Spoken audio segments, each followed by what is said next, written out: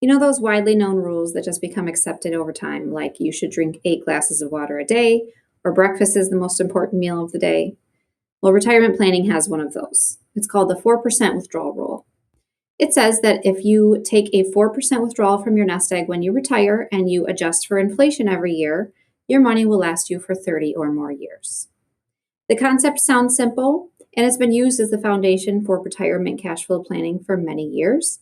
But from my experience, I find that things tend to work a little bit differently when you actually step into retirement and try to put those rules into practice. First is inflation. So again, the rule recommends that you increase your distribution from your retirement accounts every single year to adjust for inflation. In reality, my clients are not calling me asking for a pay raise every year. Typically, we will set up a withdrawal, a monthly distribution, and we send that to that client, and that's comfortable for quite a while. Occasionally, I might get a call after many years to increase a withdrawal or during periods of higher inflation like we've had recently, but certainly not every single year. And sometimes people will actually call to lower their withdrawal. Either they paid off a debt or just whatever it might be that's kind of dropped off of their living expenses and they're able to lower that withdrawal. Next is the flexibility. Now, the 4% withdrawal rule is not very dynamic to how we actually live our lives. It doesn't really take into account how your spending and lifestyle will change throughout your retirement. Oftentimes, retirees might have higher living costs in the early years of retirement, whether because they're still carrying a mortgage or supporting adult children, or maybe they're doing more travel while they're younger. And then those withdrawals might decrease over time as those lifestyles change or those needs change. Also, sometimes people retire before Social Security age, which is 62, and they need to bridge themselves to getting that Social Security benefit. So sometimes people will need to take a higher withdrawal from their IRA for a few years, and then with the intention of lowering that withdrawal when they get to 62 and start their Social Security benefit. Also, sometimes people will take one-off distributions if they have a larger expense, like a home repair or a vacation or maybe buying a new car, and the 4% withdrawal rule does not really take that into account. Now, so it's important to be mindful of market conditions as well.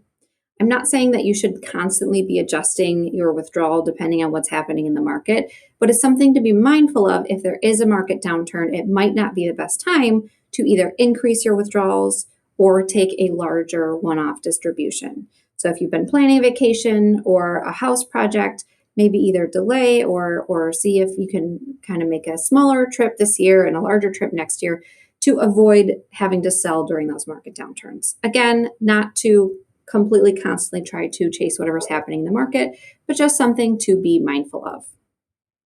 Now, when we're helping a client plan for retirement, we will typically put together what we call a Monte Carlo analysis in their retirement plan.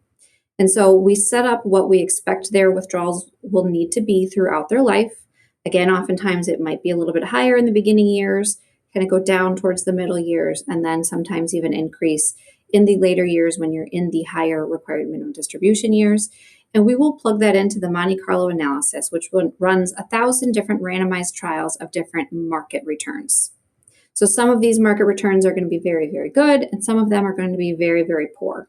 And the idea of this is to stress test your specific withdrawal strategy to make sure that you can take that money out and never really run the risk of running out of your money, even if the market isn't performing as well as we expect it to.